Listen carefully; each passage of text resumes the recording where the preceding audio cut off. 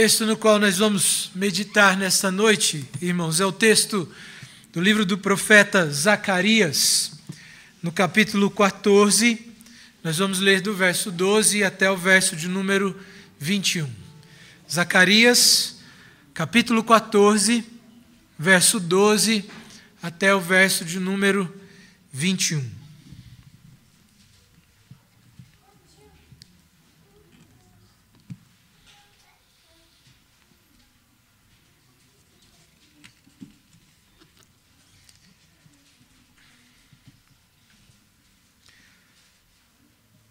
Zacarias 14, verso 12, até o verso de número 21, diz assim o texto: Esta será a praga com que o Senhor ferirá a todos os povos que guerrearem contra Jerusalém.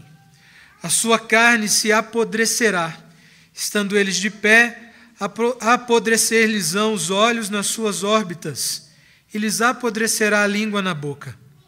Naquele dia também haverá da parte do Senhor grande confusão entre eles.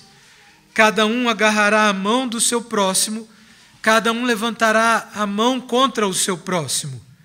Também Judá pelejará em Jerusalém, e se ajuntarão as riquezas de todas as nações circunvizinhas, ouro, prata e vestes em grande abundância.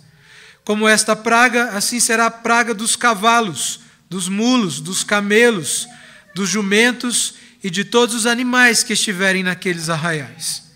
Todos os que restarem de todas as nações que vierem contra Jerusalém subirão de ano em ano para adorar o Rei, o Senhor dos Exércitos, e para celebrar a festa dos tabernáculos. Se alguma das famílias da terra não subir a Jerusalém para adorar o Rei, o Senhor dos Exércitos, não virá sobre ela a chuva. Se a família dos egípcios não subir, nem vier, não cairá sobre eles a chuva. Virá a praga com que o Senhor ferirá as nações que não subirem a celebrar a festa dos tabernáculos. Este será o castigo dos egípcios e o castigo de todas as nações que não subirem a celebrar a festa dos tabernáculos.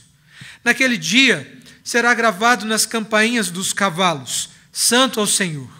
E as panelas da casa do Senhor serão como as bacias diante do altar. Sim, todas as panelas em Jerusalém e Judá serão santas ao Senhor dos Exércitos. Todos os que oferecerem sacrifícios virão, lançarão mão delas e nelas cozerão a carne do sacrifício. Naquele dia já não haverá mercador na casa do Senhor dos Exércitos. Vamos orar, irmãos, neste momento. Senhor, nós bendizemos ao seu nome e rendemos graças ao Senhor por este momento onde nós lemos a sua palavra, e a nossa oração, ó Deus, neste instante, é para que o Senhor nos abençoe, dando-nos a compreensão deste texto e aplicando a sua palavra em nosso coração através da ação do teu Santo Espírito. Em nome de Jesus que nós oramos. Amém. Irmãos, quando nós chegamos em certas datas, de comemorações no ano, sempre há momentos de grandes expectativas, de grandes reflexões a respeito da nossa própria vida. Talvez das datas que nós comemoramos durante todo o ano, ou que nós aguardamos, o final do ano é uma data muito propícia para nós refletirmos a respeito da maneira com que temos vivido as nossas vidas. As pessoas gostam muito de falar, de fazer um balanço a respeito de como viveu a sua vida, das coisas que alcançou, daquelas que não alcançou, e assim ponderam a respeito do ano e podem dizer se foi ou não um bom ano. E é claro que é sempre um momento de expectativas, de projetos, de planos. Quando nós chegamos num período como esse, nós sempre queremos coisas boas para nós. Nós sempre queremos alcançar mais do que nós alcançamos no presente ano ou em anos anteriores. Nós sempre temos boas expectativas em relação ao futuro. E é interessante pensar que quando nós tratamos a respeito deste tema, ou seja, expectativa em relação ao futuro, nós devemos sempre considerar que a esperança daquele que está em Cristo Jesus não repousa nas coisas do tempo presente. Ou seja, não repousa num próximo ano, na perspectiva de uma promoção no trabalho, na perspectiva de um aumento de salário, mas repousa no fato de que certamente o Senhor virá para reinar plenamente sobre todos os povos, sobre todas as nações. À medida que os dias passam, à medida que os anos passam, nós obviamente nos aproximamos cada vez mais deste grande e glorioso dia. E entendo eu que quando nós chegamos em datas como estas, como a do dia 31 de dezembro de 2016, ou seja, de qual ano for, a nossa mente ela deve estar muito mais atenta e esperançosa com relação à segunda vinda de Cristo do que com relação às coisas que nós iremos viver, desfrutar nos anos vindouros. É claro, e digo que não há erro ou equívoco em fazer planos, projetos para um próximo ano, mas entendo que nós deveríamos aprender, tendo em vista as frustrações que nós vivenciamos ano após ano, aprender a colocar a nossa expectativa e a nossa esperança não em nós mesmos, nem sequer em mudanças nossas de atitude, de perspectiva, mas uma esperança naquele que de fato pode dar repouso e consolo para qualquer que seja a pessoa, para qualquer que seja a nação, para qualquer que seja a raça. A nossa expectativa deve estar em Cristo Jesus. Quando nós olhamos para o texto do Antigo Testamento, nós podemos entender que o povo de Israel, eles tinham uma esperança que nós chamamos de esperança messiânica. Eles tinham uma expectativa na restauração de todas as coisas, a partir da atuação de um Messias, daquele que viria para transformar a realidade da nação de Israel, a realidade da nação ou das nações e de todos os povos. Eles tinham uma expectativa futura e a esperança deles estava em Deus. Quando nós olhamos para a nação de Israel, nós podemos dizer, bom, parece que eles não viveram muito bem essa expectativa na prática, porque em diversos momentos na história da nação, eles se desviaram e se envolveram com a idolatria, com o paganismo, se apostataram da palavra e dos caminhos do Senhor.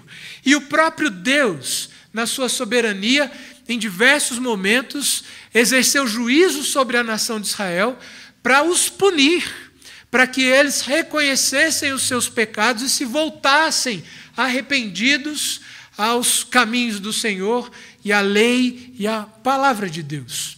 Em diversos momentos, o Senhor punindo o povo de Israel, os puniu talvez de uma maneira que nós não temos sequer a condição de mensurar, que com o cativeiro. Eles foram cativos em alguns momentos, se sujeitando a nações inimigas, como o Egito, a Babilônia e o Império Assírio. Nações pagãs e inimigas que oprimiram a nação de Israel a serviço do próprio Deus, com objetivos muito específicos: punir de fato, porque eles haviam pecado, mas também guiá-los ao arrependimento e à fé naquele que de fato pode mudar todas as coisas e sustentar todas as coisas.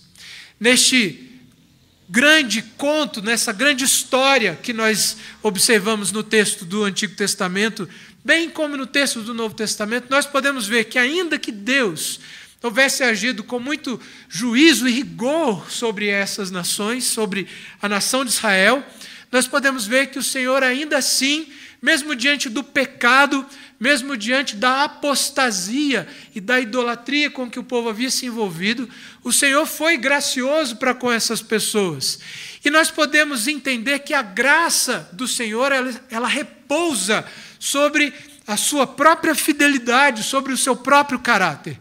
O Senhor, que havia feito uma promessa com a nação, ou um pacto com a nação, havia dado a eles uma promessa, ele seria fiel a essas promessas e a sua aliança até o fim. É por isso que nós vemos Deus agindo com rigor e graça no Antigo Testamento. Não porque houvesse mérito na nação de Israel, mas porque o Senhor era misericordioso, agindo de forma favorável à nação, sem que houvesse na nação de Israel qualquer mérito ou favor. Quando nós chegamos no texto de Zacarias, o texto de Zacarias é um texto muito impactante. É um texto que fala sobre a graça e é um texto que fala sobre o juízo de Deus. É um texto que fala sobre a graça de Deus sobre o seu próprio povo, mas é um texto que fala também sobre o juízo de Deus sobre o seu próprio povo. E quando nós observamos a passagem desde o capítulo 12 até o capítulo 14, nós podemos entender que ela forma uma seção maior, onde nós podemos concluir certas palavras que o próprio Deus dá à nação desde o capítulo 12, agora no capítulo de número 14. A palavra do Senhor no capítulo de número 12 é uma palavra de esperança, pois o texto nos fala a respeito de uma intervenção divina, livrando Israel da mão do cativeiro inimigo, livrando Israel da mão dos seus opressores. No capítulo 14, nós podemos dizer que encontramos aqui o clímax de toda aquela palavra de intervenção divina, ou da intervenção do próprio Deus sobre a nação para os livrar de todo jugo do seu inimigo, aquele que o próprio Deus havia levantado para oprimir a nação por conta de seus próprios pecados. Mas no capítulo 14, do verso 1 até o verso 15, o que nós podemos encontrar aqui é justamente uma palavra de esperança, onde o texto nos mostra que o sofrimento chegaria ao fim, de que não haveria mais o sofrimento imposto por uma nação inimiga à nação do Senhor. No texto, então, do capítulo 14, o que a passagem vai nos mostrar é que aquela nação que antes estava oprimida e abatida, agora tem sobre si uma perspectiva de esperança, tem sobre si uma palavra de esperança e uma palavra de libertação por conta de uma promessa divina. E a nação, ela agora estava colocando e repousando seu coração na palavra de Deus, na promessa do Senhor sobre ela mesma. O que Israel agora haveria de desfrutar era de uma intervenção direta do Senhor, livrando-os das mãos de seus próprios inimigos. O que o texto nos mostra aqui é que, estando Israel numa situação tão terrível, a passagem nos apresenta uma intervenção de Deus, mostrando que ele não apenas pelejaria ao lado de Israel, mas pelejaria por Israel, mostrando que ele estava lutando com Israel as suas batalhas contra os seus próprios inimigos. A partir do verso de número 16 do capítulo 14, então nós podemos ver agora o Senhor sendo adorado por todos os povos, culminando assim no clímax das promessas que nós encontramos desde o capítulo de número 12 até então. Neste texto, o que nós podemos dizer é que ele tem uma perspectiva, então, que aponta para o futuro. Israel está recebendo aqui uma promessa acerca de um livramento que o Senhor dará, e essa promessa ela é futura.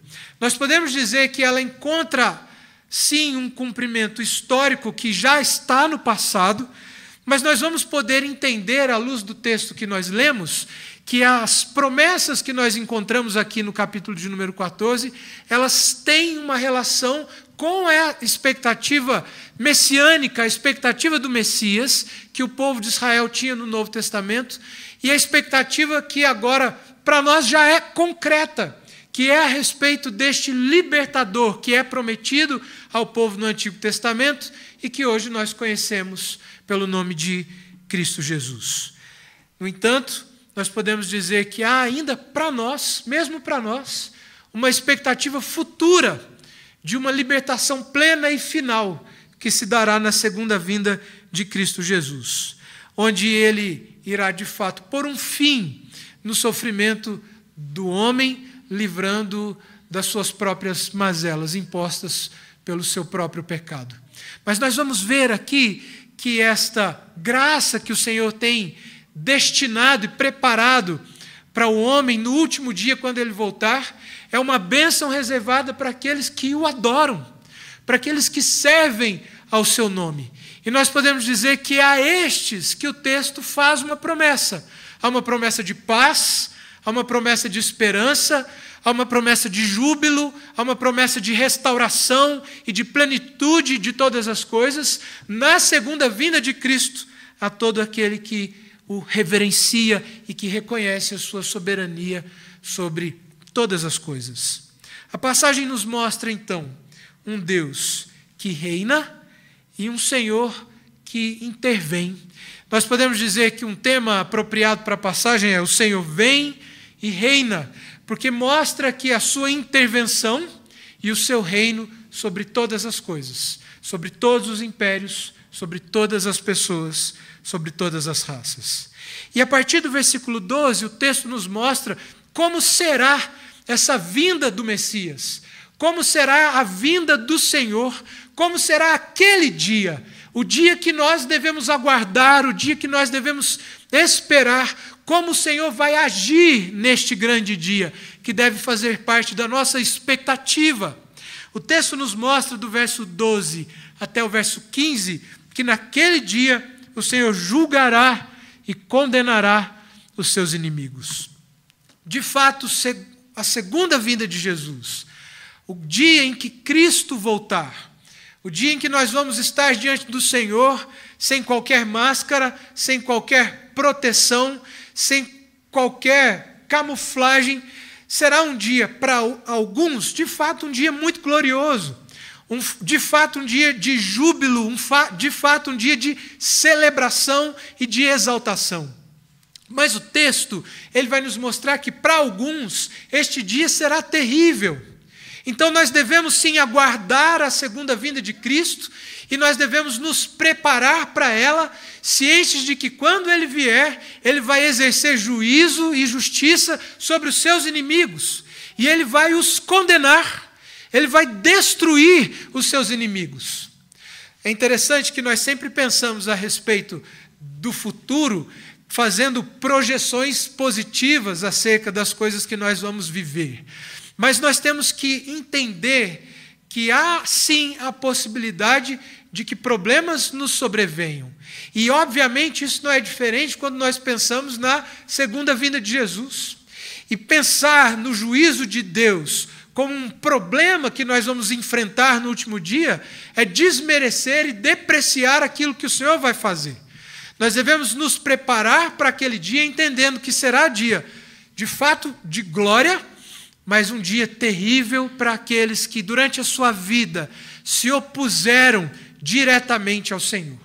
E nós devemos entender que essa oposição, ela não se dá apenas de forma ativa, quando você vê pessoas militando contra a fé cristã, militando contra o cristianismo, contra o evangelho.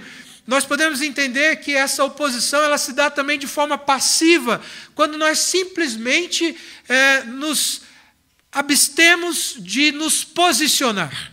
A passividade, em certo sentido, ela é uma oposição, porque ela é uma resposta ao chamado do Senhor para o serviço dele.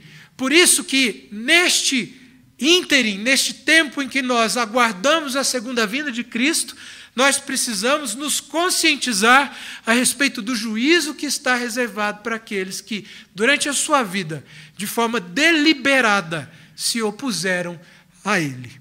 O texto nos mostra, então, este juízo do Senhor, do verso 12 até o 15, quando faz menção aqui das pragas que Deus derramaria ou iria impor sobre os seus inimigos, aqueles que se opuseram a ele. E é interessante, porque o texto nos mostra aqui uma passagem onde o Senhor se refere a inimigos dele, inimigos de Deus, aqueles que lutavam contra o seu próprio povo.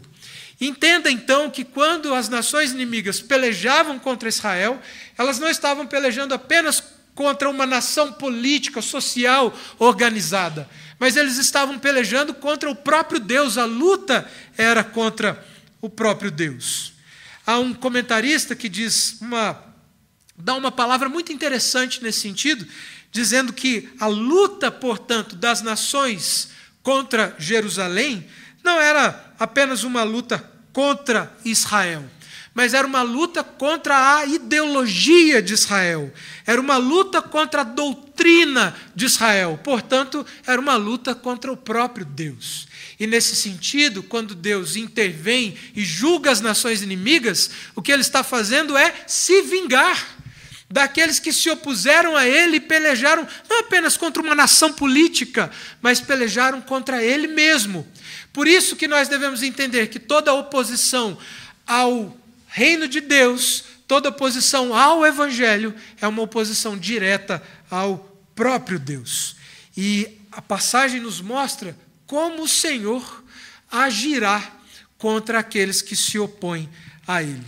Nós podemos ter como um exemplo para nós a própria ação do Senhor contra o Egito, quando esses oprimiam ao povo hebreu e foram obrigados a libertarem o povo do cativeiro por conta das pragas que o Senhor havia derramado sobre eles.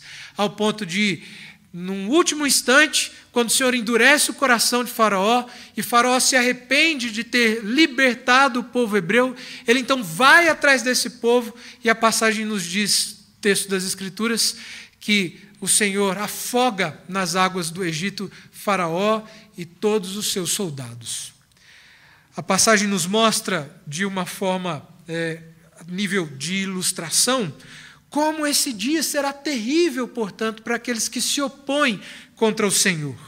O texto nos diz, no versículo, a partir do versículo de número 13 até o verso de número 14, que haverá grande confusão, ao ponto das pessoas lutarem contra os seus próprios irmãos, ao ponto das pessoas lutarem contra si mesmas. E é interessante pensar que este nível de desespero é algo que nós podemos ver relatado aqui na passagem. O versículo de número 15, quando nos diz que a praga atingiria até mesmo aos cavalos, camelos, jumentos e a todos os animais, a passagem tem o propósito de nos mostrar que não há nada, não há ninguém que possa escapar do juízo de Deus naquele dia. Não há ninguém. E é interessante, me lembro de um texto de Amós, que diz que no último dia até o homem mais forte vai correr nu. O homem mais forte vai correr envergonhado e humilhado diante do poder e da soberania de Deus, diante da sua própria criação. A passagem então nos mostra de maneira muito clara como o Senhor agirá contra aqueles que se opuserem a Ele. E nós não podemos, de forma alguma, mesmo que numa época festiva como a que nós vivemos hoje, e de expectativas positivas em relação ao próximo ano, e nós devemos ter mesmo, mas não podemos fechar os olhos para o dia em que o Senhor virá, e Ele virá, e exercerá juízo sobre aqueles que se opuseram a Ele. Mas a passagem nos mostra também algo muito positivo em relação a este dia. O texto nos mostra no verso 16 até o verso 21, que naquele dia o Senhor será adorado como Rei sobre todos. Não haverá nação, não haverá povo que não irá reverenciar ao Senhor. Essa afirmação que nós podemos aprender a partir dos versículos que lemos aqui, ela é muito impactante, porque o texto nos mostra o registro de um texto que faz referência à adoração a Deus de todos os povos, onde havia uma perspectiva nacionalista a respeito da adoração. Ou seja, o povo de Israel achava que só eles eram o povo de Deus. E agora nós vemos o próprio texto dizendo que povos de todas as nações, inclusive de nações pagãs, como as nações do Egito e outras nações, iriam se reunir para adorar ao Senhor e celebrá-lo. Nós podemos dizer, irmãos, que esta passagem, ela encontra seu cumprimento, ainda que parcial, mas encontra seu cumprimento numa grande festa que nós conhecemos, celebrada no período do Novo Testamento, chamada festa de Pentecostes, onde ali, na plenitude da ação do Espírito na vida dos crentes, nós podemos perceber que o evangelho, o reino de Deus, ele havia se expandido além dos arraiais de Israel, além dos arraiais do povo judeu. Não apenas judeus agora faziam parte do povo da aliança, mas nações pagãs, todos aqueles que se dispusessem a adorar, em se reunir para adorar ao Senhor e reconhecer a sua soberania, eram cotados agora como povo de Deus. E nós podemos ver aqui então que há cumprimento da palavra de Deus, da promessa que é feita e que nós encontramos aqui em Zacarias, no texto de Atos, onde nós vemos ali, na ação do Espírito Santo, o reino de Deus sendo expandido e enviado, entregue agora também a todos os povos. Há uma expectativa de adoração e há uma expectativa agora de abundância. E essa expectativa de abundância, ela é relatada aqui com as expressões que nós encontramos, onde o texto faz referência à água e chuva. E nós podemos dizer que as expressões aqui, elas têm um significado muito forte quando nós relacionamos a abundância, a muita água, a chuva, e nós vamos para o texto do Novo Testamento e encontramos ali algumas afirmações do próprio Jesus. Texto de João, no Evangelho, no capítulo de número 4, nós podemos entender como que há uma referência daquilo que nós vemos em Zacarias e uma relação com as palavras de Jesus no Evangelho.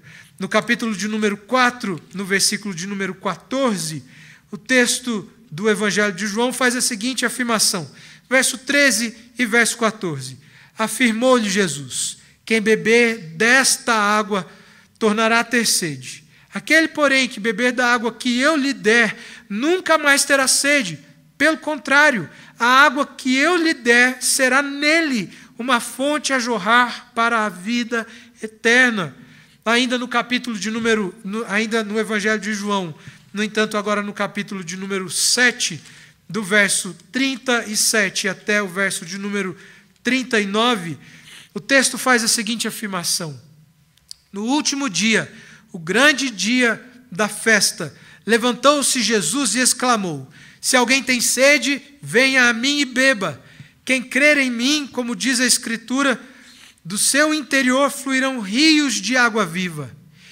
Isto ele disse com respeito ao Espírito que haviam de receber os que nele crescem, pois o Espírito até aquele momento não fora dado, porque Jesus não havia sido ainda glorificado.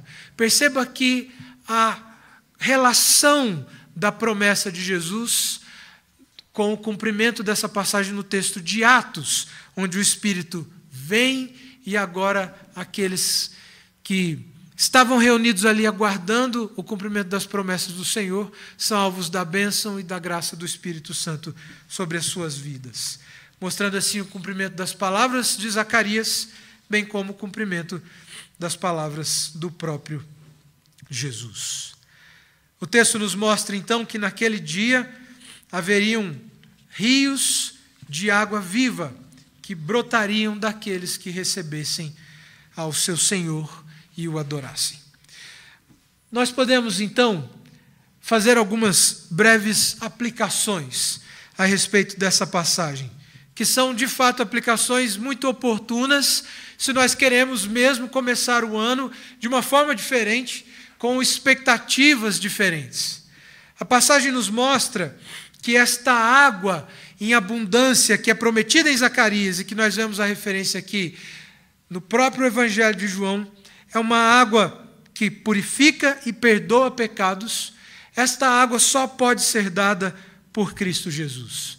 O texto de João, note, verso 14, faz a seguinte afirmação: aquele que beber da água que eu lhe der, é Cristo quem dá, é Cristo quem perdoa os pecados, é Cristo quem transforma as vidas, é Cristo quem pode mudar a realidade do homem, ainda que esse, até o dia em que ele voltar, viva uma vida de lutas e de aflições. Mas nós podemos entender que as promessas do Senhor para nós, elas são e vão muito além de promessas materiais e físicas, elas são espirituais.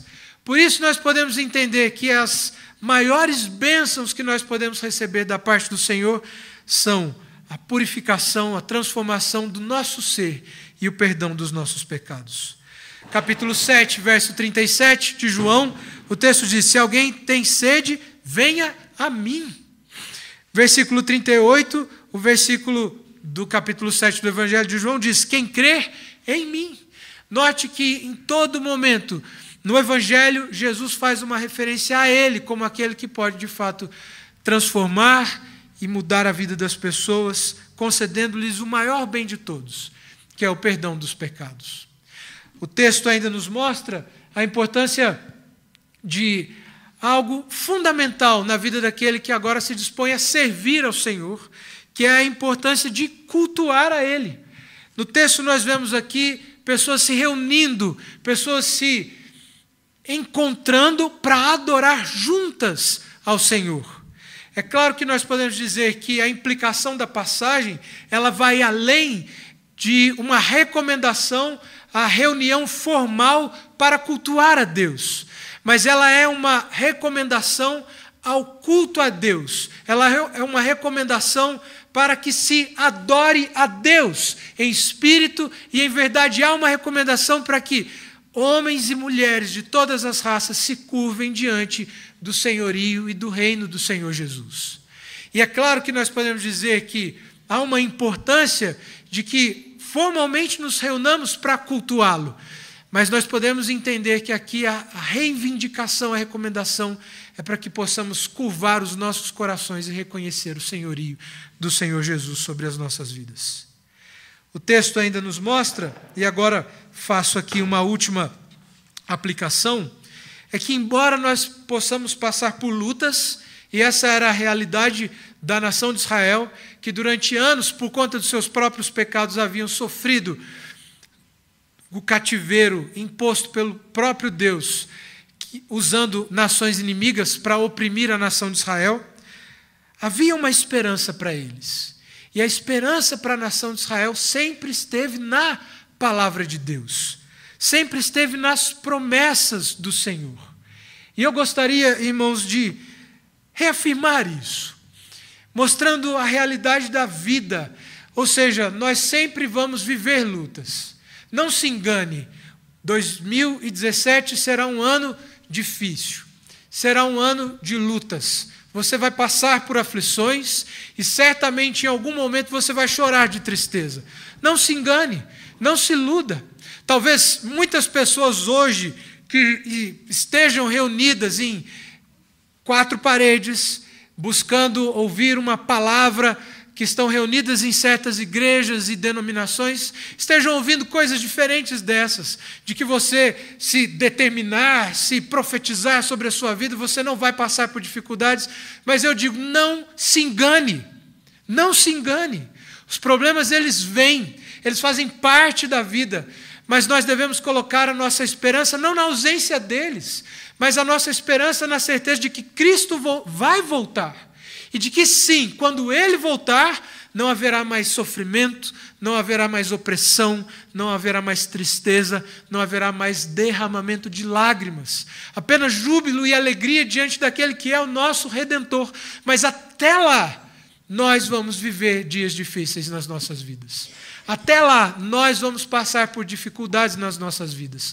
E nós não devemos nos iludir, mas devemos estar cientes das dificuldades que certamente nos sobrevirão. Se nós podemos, então, nos agarrar a alguma esperança neste ano que se inicia, a palavra do Senhor nos ensina que devemos nos agarrar à esperança que é Cristo Jesus. Ele é o Messias prometido. Ele é a esperança de Israel. Ele é a esperança da igreja, daquele que se curva diante de seu senhorio. Que se vamos fazer algum voto, se vamos fazer algum tipo de promessa para 2017, se temos agora a inclinação de nos dispormos a algo novo neste ano que se inicia, que seja então de tomarmos a decisão de nos curvarmos diante do senhorio deste que é de fato o único Rei e Senhor sobre todas as coisas. Que tenhamos a certeza, o Senhor virá. Ele já veio uma vez, Ele vai vir outra, uma segunda, e não haverá mais oportunidades. A oportunidade que nós temos se chama hoje. O dia para o arrependimento, para a mudança de vida, se chama hoje. Por isso, não devemos tardar em tomar as nossas decisões.